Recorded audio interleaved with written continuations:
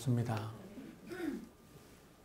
대지의 풍요는 하늘의 비로만 이루어지지 않고 사람의 눈물과 함께 흘려야 비로소 대지의 풍요는 허락된다고 그래요.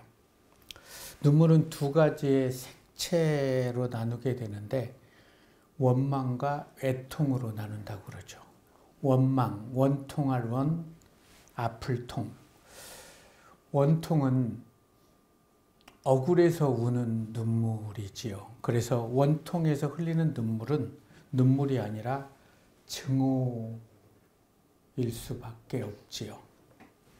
그런데 애통은 영혼이 아파서 우는 눈물이라고 그래요. 그래서 애통하는 자는 복이 있나니 그들이 위로를 받을 것이다 라고 예수님께서 말씀하셨을까요? 애통으로 흘리는 눈물은 눈물을 넘어서서 긍휼이라고 합니다. 그렇다면 언제 우리는 애통의 눈물을 흘릴 수 있을까? 자기의 약함과 악함을 들여다볼 수 있을 때, 누군가의 희생과 배려를 통해서 지금 나의 행복이 있음을 알아갈 때, 피해자인 줄 알았는데 가해자였음을 알아서 용서를 구하는 그런 눈물을 흘릴 때, 그럴 때 우리는 하나님의 은혜를 경험할 수 있게 됩니다. 용서는 사람을 살리는 행위라고 그렇지요.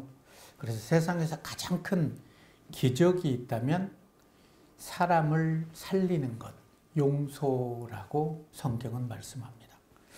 이런 까닭에 용서하는 사람이 하는, 용서는 사람이 하는 하늘의 일이라고 그러죠. 절망으로 치닫고 있는 세상을 살리는 생명의 언어가 있다면 눈물과 용서라고 말씀드리고 싶습니다. 영혼이 아파서 우는 눈물을 동반한 용서를 통해서 하나님께서는 우리를 다시 살게 하신다는 것을 마음에 두면서 오늘 말씀을 함께 나누기를 원합니다.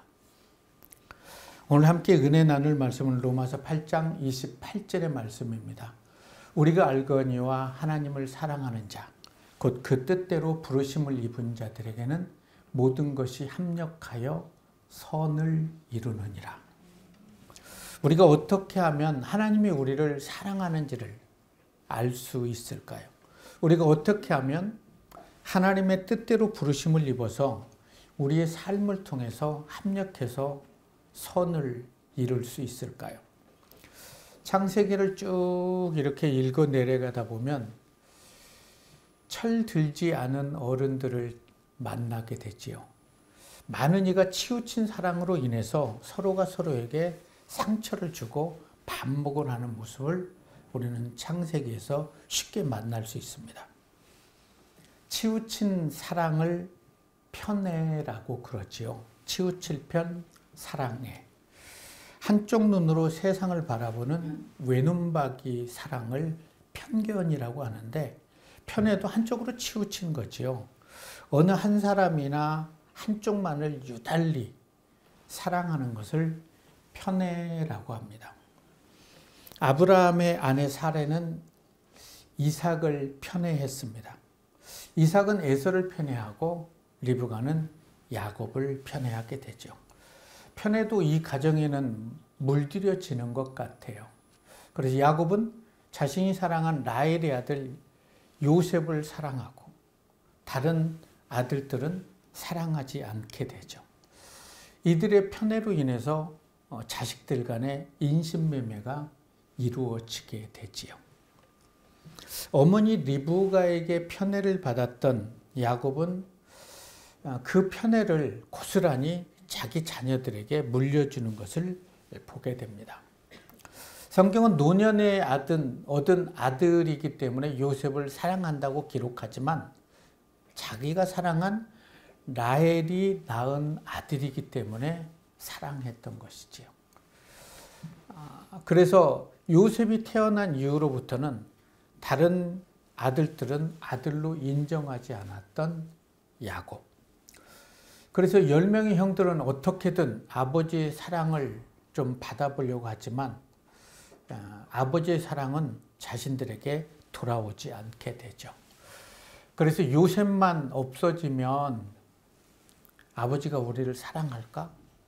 그래서 아버지 심부름으로 온 요셉을 처음에는 죽이려고 했지만 유다가 형제를 죽이면 어떡하느냐. 차라리 팔아버리자. 그래서 애굽의 노예로 팔아버리게 되죠. 그런데 10명 중에 한 명도 요셉을 그렇게 긍휼히 여기지 않았던 거죠. 요셉은 형들에게 팔려서 이스마엘 사람들에게 끌려가면서 아마 원통의 눈물을 흘렸을 거예요. 그렇게 끌려간 요셉은 10년이 되어서 이제 보디발의 집에서 가정 총무까지도 오르게 됩니다. 그런데 27세의 청년, 멋진 청년을 보디발의 아내가 이제 유혹을 하게 되죠. 그것을 하나님을 바라보면서 뿌리쳤던 야곱의 신앙이 요셉에게 물들여져서 요셉은 그것을 뿌리치고 도망가는 바람에 옥에 갇히게 되지요. 하나님께 정말 하나님의 일을 하면서 하나님만 바라봤는데 형들에게 인신매매로 팔려야 되고 또 감옥에 갇히는 신세가 됩니다. 그런데 성경은 감옥에서도 하나님의 함께 하심으로 형통했다라고 기록을 해요. 그곳에서 술관원장과 바로의 신하 떡관원장의 꿈을 해몽해 줍니다.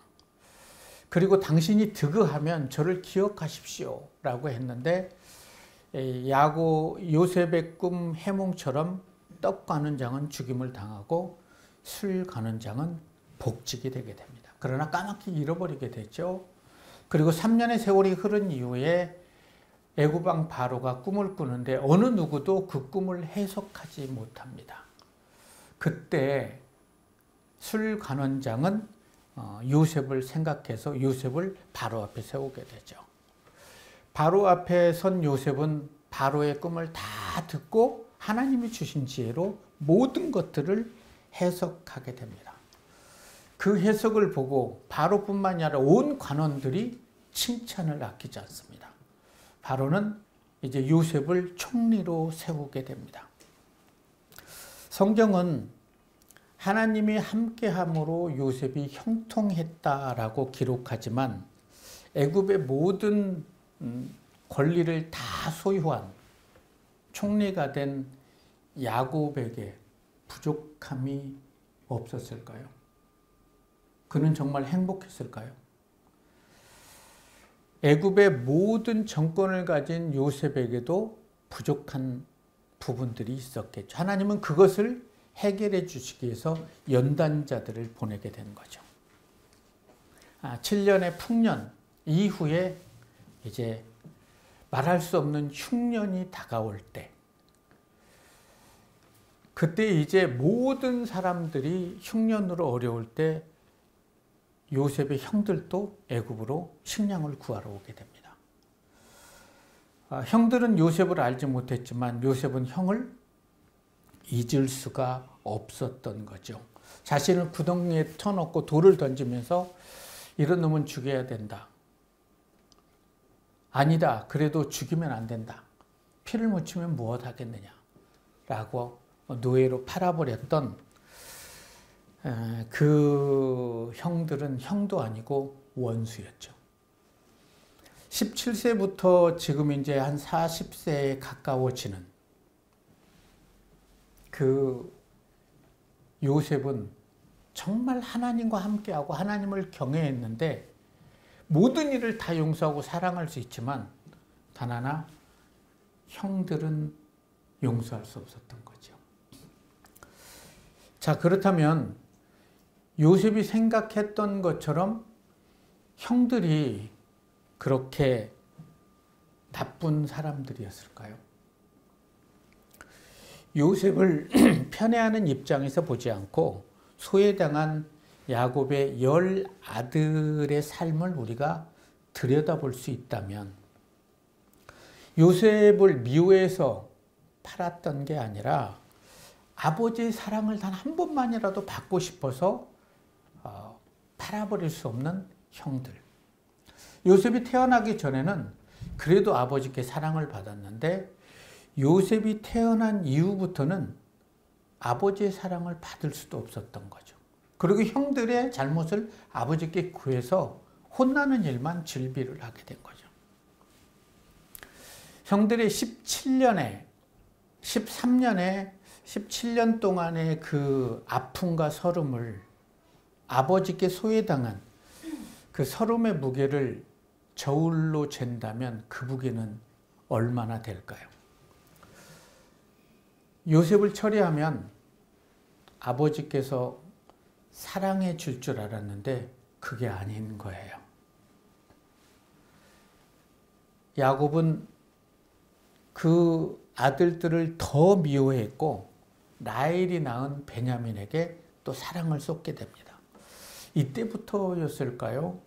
10 아들이 해야 될 일은 자신이 사랑했던 여인의 아들을 사랑할 수밖에 없는 한 남자를 이해해야 한다는 거죠.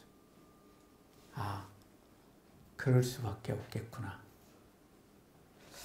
그날 이후 형들은 사랑받기 위해서 팔아버린 요셉을 가슴에 묻고 얼마나 후회한지 몰라요.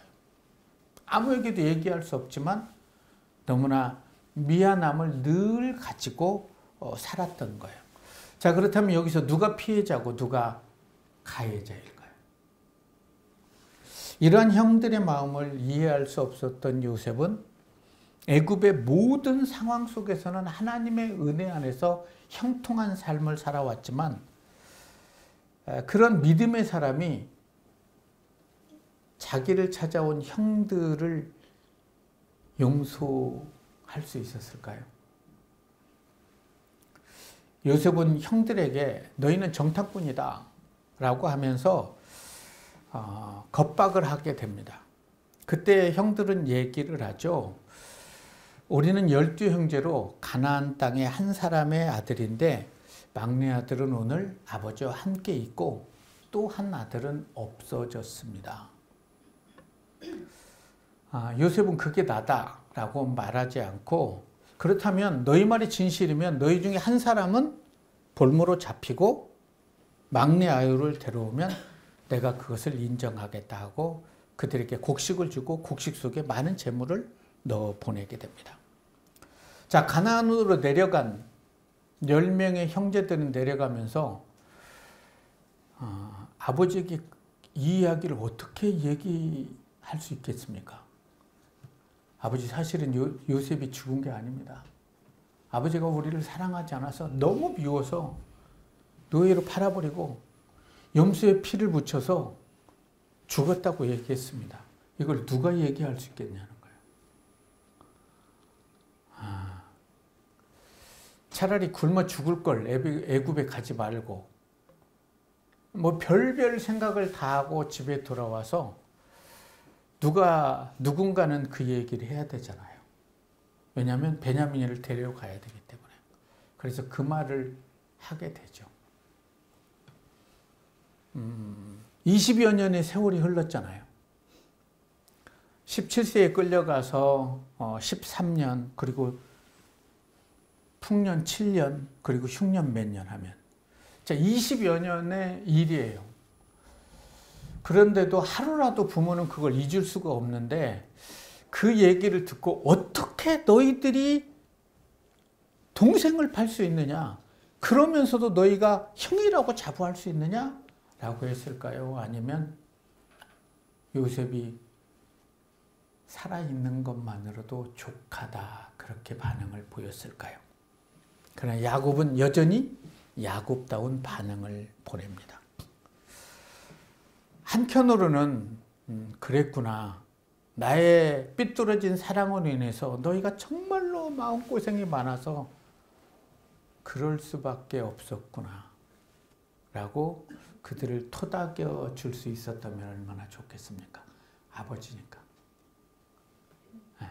아들이 아니라 아버지니까. 그런데 야곱은 너희가 나로 나의 자식을 잃게 하는도다. 요셉도 없어졌고 베냐민도 또 빼앗아 가고자 하니 너희는 다 나를 해롭게 하는 자다. 라고 또 상처를 주게 됩니다. 양식이 다 떨어져서 이제 죽을 것 같을 때 유다가 얘기합니다. 아버지, 저를 담보로 베냐민을 제가 데리고 가겠습니다. 제가 베냐민을 다시 데려오지 못하면 저를 죽이십시오. 이게 아버지와 아들의 거래라는 게 우리를 슬프게 하지요. 이래 주거나 저래 주거나 똑같기 때문에 어쩔 수 없이 야곱은 베냐민을 형들의 손에 내어놓게 됩니다. 몇 달 후에 돌아온 형들의 모습을 지켜본 요셉은 아버지 안부를 묻습니다. 너희 아버지는 평안하시냐?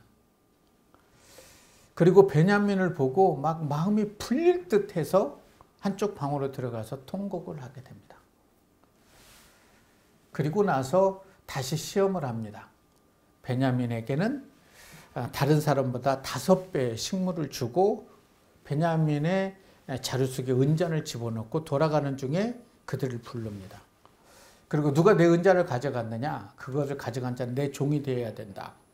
그렇게 해서 베냐민을 본모로 잡았을 때 형들의 반응은 어떨 것인가? 잘 됐다. 너만 남고 우리 다 가자. 그러면 다 죽일 생각이었죠. 근데 형들은 요셉이 생각한 형들이 아니었어요. 요셉의 뜻대로 이루어지지 않았던 거죠. 동생과 베냐민을 대하는, 그리고 아버지를 대하는 형들의 고백은 이러했습니다. 우리가 아비에게 돌아갈 때 아이가 우리와 함께하지 않으면 아이가 없으므로 아비가 죽을 것입니다. 이 아이의 아비가 죽는다는 거죠. 청컨대 종으로 대신해서 주의 종이 되게 하고 아이는 형들과 함께 돌아가게 해주십시오.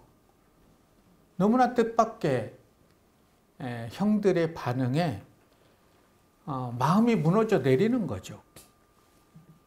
형들의 이런 반응에 차갑게 얼어버린 요셉의 마음이 녹아내리게 됩니다.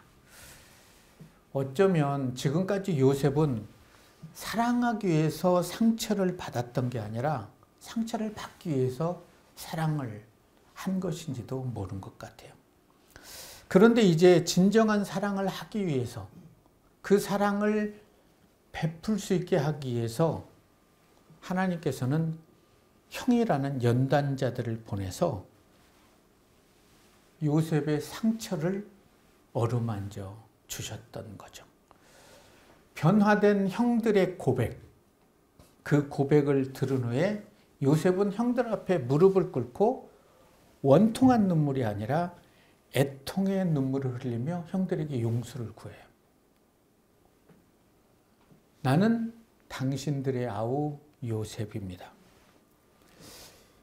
형들이 애굽에 팔아버릴 수밖에 없는 요셉이었습니다. 나는 지난 20여 년간 당신들을 미워하고 증오하고 이 날을 기다렸습니다. 당신들에게 원수를 갚으려고. 내가 아버지의 사랑을 독차지함으로 인해서 소외당해야 됐던 형들의 마음을 나는 단 한 번도 헤아려 보지 못했습니다. 날 바라버린 죄책감으로 20여 년 동안 잠 못 이루고 아파했던 그 마음을 어떻게 위로하면 좋겠습니까? 내가 어떻게 하면 좋겠습니까? 그러면서 요셉은 하나님께 이렇게 기도를 드리지 않았을까요? 하나님, 저는 하나님을 사랑하고 하나님을 섬긴다고 하면서 제 주위에 많은 사람들은 사랑하고 섬겼지만 가장 사랑해야 될 내 가족, 내 형제들은 시기와 질투의 대상으로 보았지 사랑의 대상으로 보지 않았음을 고백합니다. 그런데 형들을 통해서, 형의 고백을 통해서 사랑으로 바라볼 수 있게 하신 그 주님을 찬양합니다. 지금까지 살아오시면서 하나님을 믿는다고 하면서 진정으로 용서해야 될 사람을 용서하지 않고 사랑해야 될 가족들을 사랑하지 않았던 분이 계신다면 이 시간 회개하며 하나님께 나아오시기를 바랍니다. 그때 하나님께서는 여러분의 마음에 긍휼을 베풀어 줄 거예요. 그때 여러분들은 지금까지 당하여서 원통했던 눈물을 하나님은 닦아주시고 그 영혼이 아파서는 애통의 눈물을 허락해 주실 거예요. 혹시 부모님들 중에 이삭과 리브가처럼 야곱처럼 자녀를 편애하고 계신 분이 계시다면 이 시간 그 모든 걸 내려놓고 똑같이 사랑해 줄 수 있기를 바랍니다. 나는 잘하고 있는데 남편이 나를 몰라준다고 남편을 험담하고 있지는 않습니까?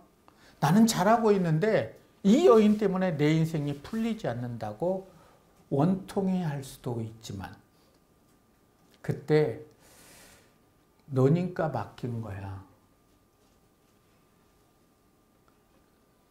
나도 이유 없이 너를 위해서 십자가의 길을 걸었거든.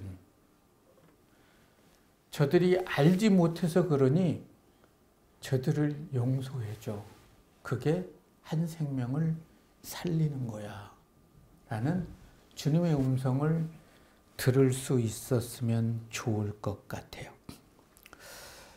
조용히 눈을 감고 자신을 돌아보시기 바랍니다. 이 시간 자신의 인생을 하나님께 내려놓고 성경의 요셉이 되어서 13년간 처절하리만큼 유린당한 요셉의 삶을 가슴으로 안아보다 보면 용서하지 못할 게 없는 거구나. 그게 은혜고 그게 축복이구나.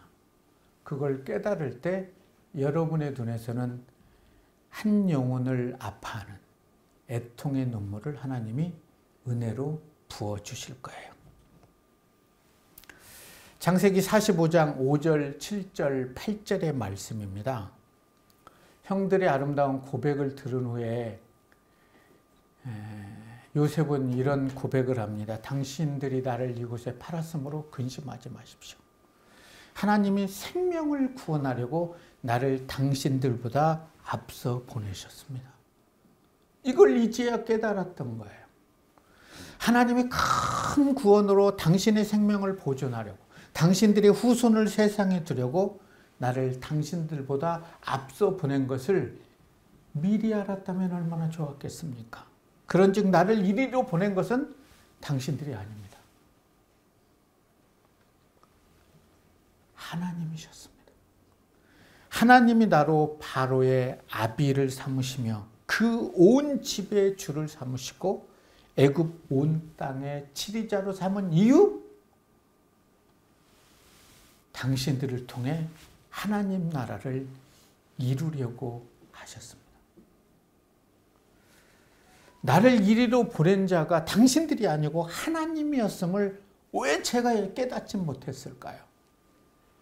조금이라도 일찍 깨달았다면 총리가 된 이후에 아버지께 찾아가고 형들에게 용서를 구했을 텐데